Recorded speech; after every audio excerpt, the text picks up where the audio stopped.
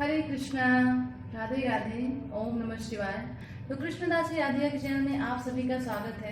आज हम बताएंगे कि सावन में शिव जी की पूजा कैसे करनी चाहिए और इसमें कौन कौन सी सामग्री का व्यवधान है, कौन कौन सी चीज़ें हम रख सकते हैं और कौन कौन सी चीज़ों को हम इस पूजा में, शिव जी की पूजा में नहीं रख सकते हैं। तो आइए जानते हैं कि हम शिव जी की पूजा कैसे करेंगे और कौन कौन सी सामग्री का यूज़ करेंगे। सबसे पहले मेरे पास एक शिव जी की विग्रह थी, मतलब साक्षात शिव पार्वती जी की। तो यहाँ मैंने इनको विराजित कर दिया है और मेरे पास ग्रीन कपड़े थे तो मैंने उसको घाघरा टाइप से ऐसे घेर दिया है। तो ये हो गया थोड़ा सा मेरा कपड़ा वो मेरे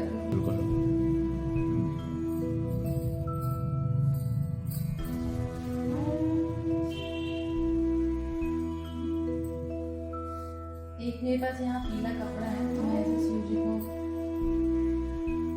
ढका देती हूँ ऊपर से। अब हमने जो फ्रीजर में शिवलिंग बनाया है, आप अपने घर पे ही शिवलिंग ऐसे बना सकते हैं, जैसे ग्लास में और 2 कटोरी में मैंने बनाया है। तो पहले हम आराम से पहले इसको निकालते हैं। ये बहुत सही होता है, जैसे कि हम घर पे आराम से बना सकते हैं और इनको पूजा करने के बाद विसर्जित भी आराम से कर देंगे।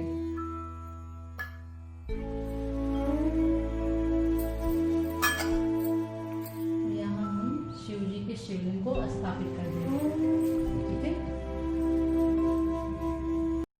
पूर्ण गौरम करुणावतारम संसार सारम भुजगेंद्रहारम सदा वसंतम हृदय रविंद्रे भवम भवानी सहितम नमामि।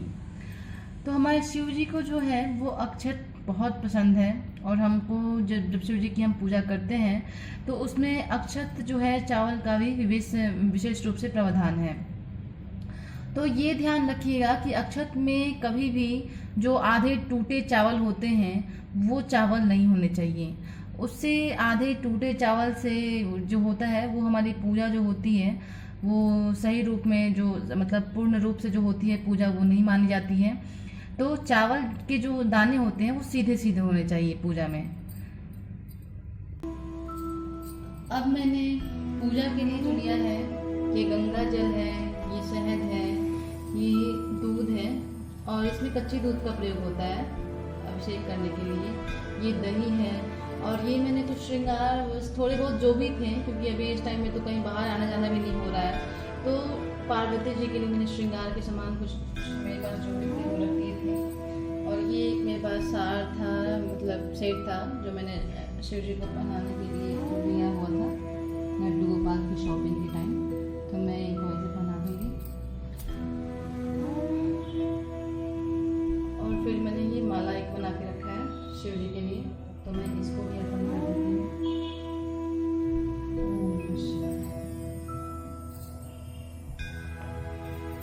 अब हम ये है बेलपत्र। बेलपत्र जो है ये भगवान शिव को बहुत अति प्रिय है। हमने कुछ बेलपत्र पे सब पे मतलब श्री राम लिखा हुआ है, क्योंकि शंकर भगवान को बहुत प्रिय है, राम जी उनको प्रिय हैं, राम जी को शिव जी प्रिय हैं। तो मैंने बेलपत्र, और बेलपत्र कभी भी खंडित नहीं होने चाहिए, इससे पूजा हमारी पूरी नहीं होती है।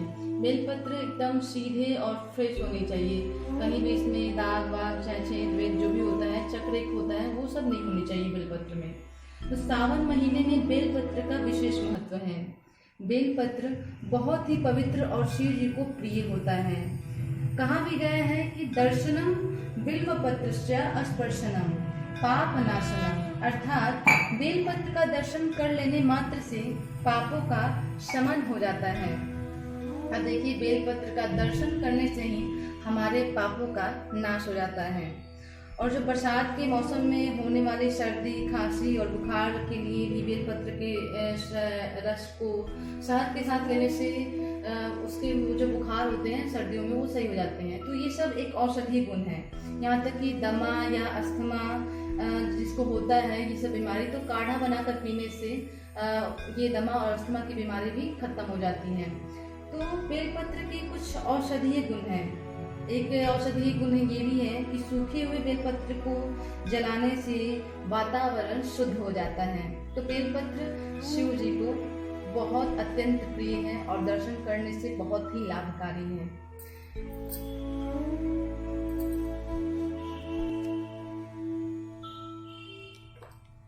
अब ये रखा है मैंने यहाँ पे भोग, थोड़ा सा यहाँ ले आइए। ये भोग है जो भगवान शिव को जितना भी हमारे हम ला सकते हैं, कर सकते हैं भगवान के लिए, उतना हमें अपने करना चाहिए, क्योंकि भगवान ने जितना दिया है उसमें भगवान को भी अर्पण करना हमें बनता है। तो मैंने कुछ फल वल जो भी थे मेरे पास मैंने रख लिए हैं, काजू है, शहद है, भगवान को ये सब बहुत प्रिय है भोग में। अब यहाँ आते हैं हम रुद्राक्ष, जो भगवान के रूप में ही रुद्राक्ष को माना जाता है। तो शास्त्रों में रुद्राक्ष को भगवान शिव का एक रूप माना जाता है और ऐसी मान्यता है कि रुद्राक्ष को धारण करने वाले के जीवन में सारे कष्ट जो होते हैं वो दूर हो जाते हैं। लेकिन यह कम ही लोग जानते होंगे कि आखिर रुद्राक्ष होते कितने प्रकार के हैं। तो शिव पुराण में कुल 16 प्रकार का रुद्राक्षों का वर्णन मिलता है। कहा जाता है कि इन सभी को एक साथ या फिर किसी एक को भी पहनने से व्यक्ति की किस्मत चमकने लगती है और जिस चीज की कामना करते हैं वो मिल जाती है।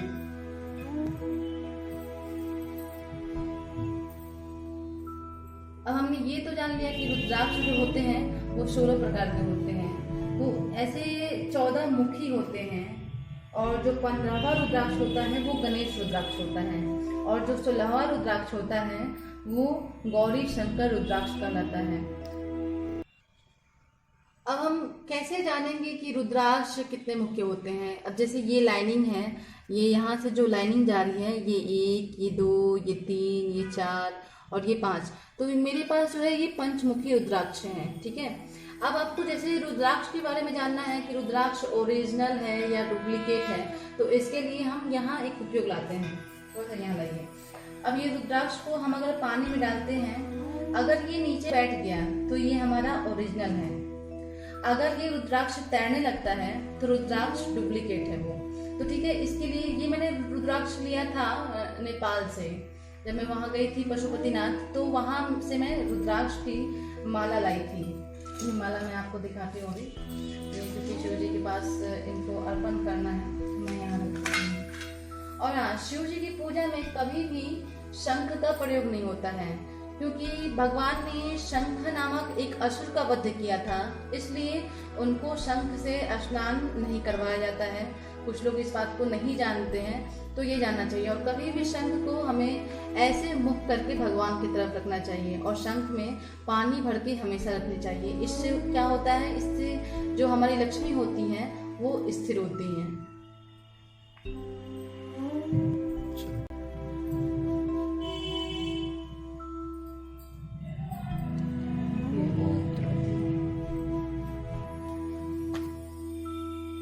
ये होता है हवन सामग्री, जो हमें पूजा आरती के टाइम, आरती से पहले हवन किया जाता है। तो अभी तो शिव चालीसा या शिव पुराण पढ़ने के बाद, पूजा करने के बाद ही हम हवन करेंगे। तो इसको अभी करते हैं।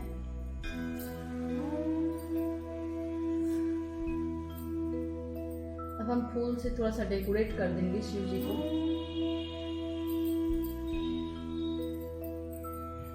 ओम नमः शिवाय, ओम नमः शिवाय, हर हर नमः शिवाय। शंकर जी का सबसे प्रिय मंत्र, महामृत्युंजय मंत्र जो होता है, ओम त्र्यंबकं यजामहे सुगंधिं पुष्टिवर्धनम् उर्वारुकनीव बन्धना मृत्योर्मोक्षीयमामृता।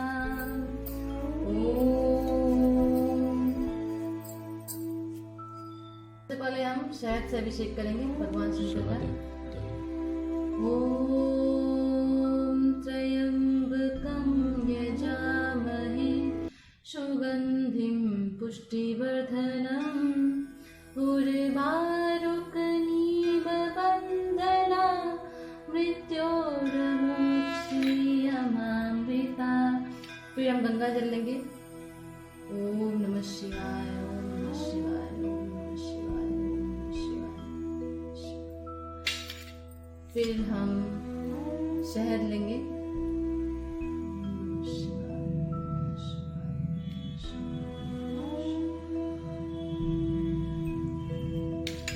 फिर हमने जो दूध रखा है उसका अभिषेक करेंगे भगवान को।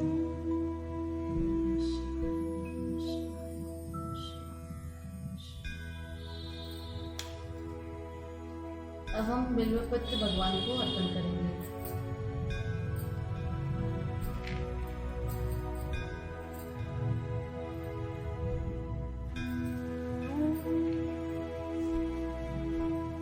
सबसे पहले हम जल का अभिषेक करते हैं भगवान को।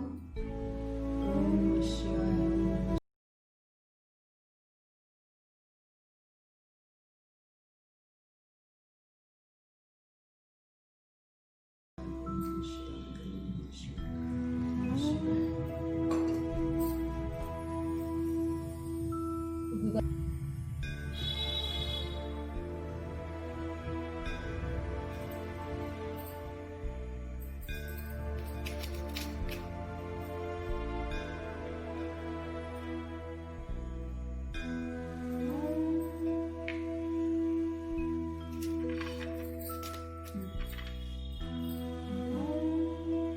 भगवान को हम रुद्राक्ष अर्पण करेंगे। फिर बेलपत्र और फूल के साथ अभिषेक अर्पण करेंगे। ओम नमः शिवाय, ओम नमः शिवाय, ओम नमः शिवाय।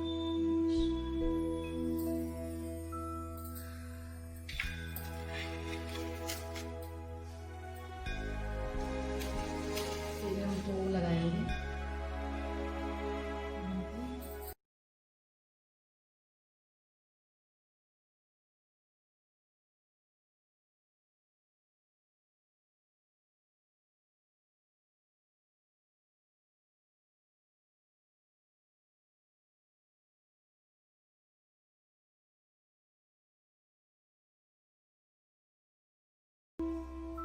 ओम नमः शिवाय।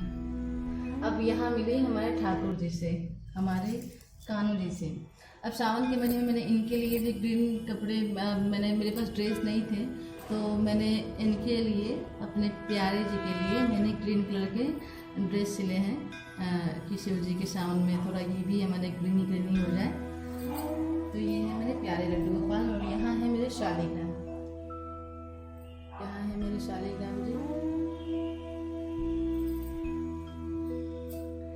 और ये रहे शिवलिंग। ऐसे आप शिवलिंग को घर में ऐसे ही फ्रीजर में रख के, बना के, स्थापित करके, पूजा करके और इनका आराम से विसर्जन भी कर सकते हैं आप। और कभी भी शिवलिंग दो नहीं रखनी चाहिए घर में, क्योंकि दो रखने से घर में बहुत सारी परेशानियां हो जाती हैं, सुख शांति ये सब जो चीज़ें होती हैं वो नष्ट हो जाती हैं।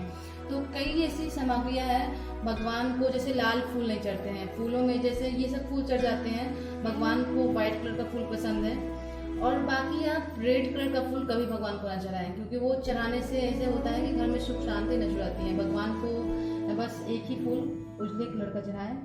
और ये रही हमारी आज की शिव जी की पूजा और अभिषेक। अब हम शिव चालीसा पढ़ेंगे, आरती करेंगे और हवन हवन करेंगे बाद में।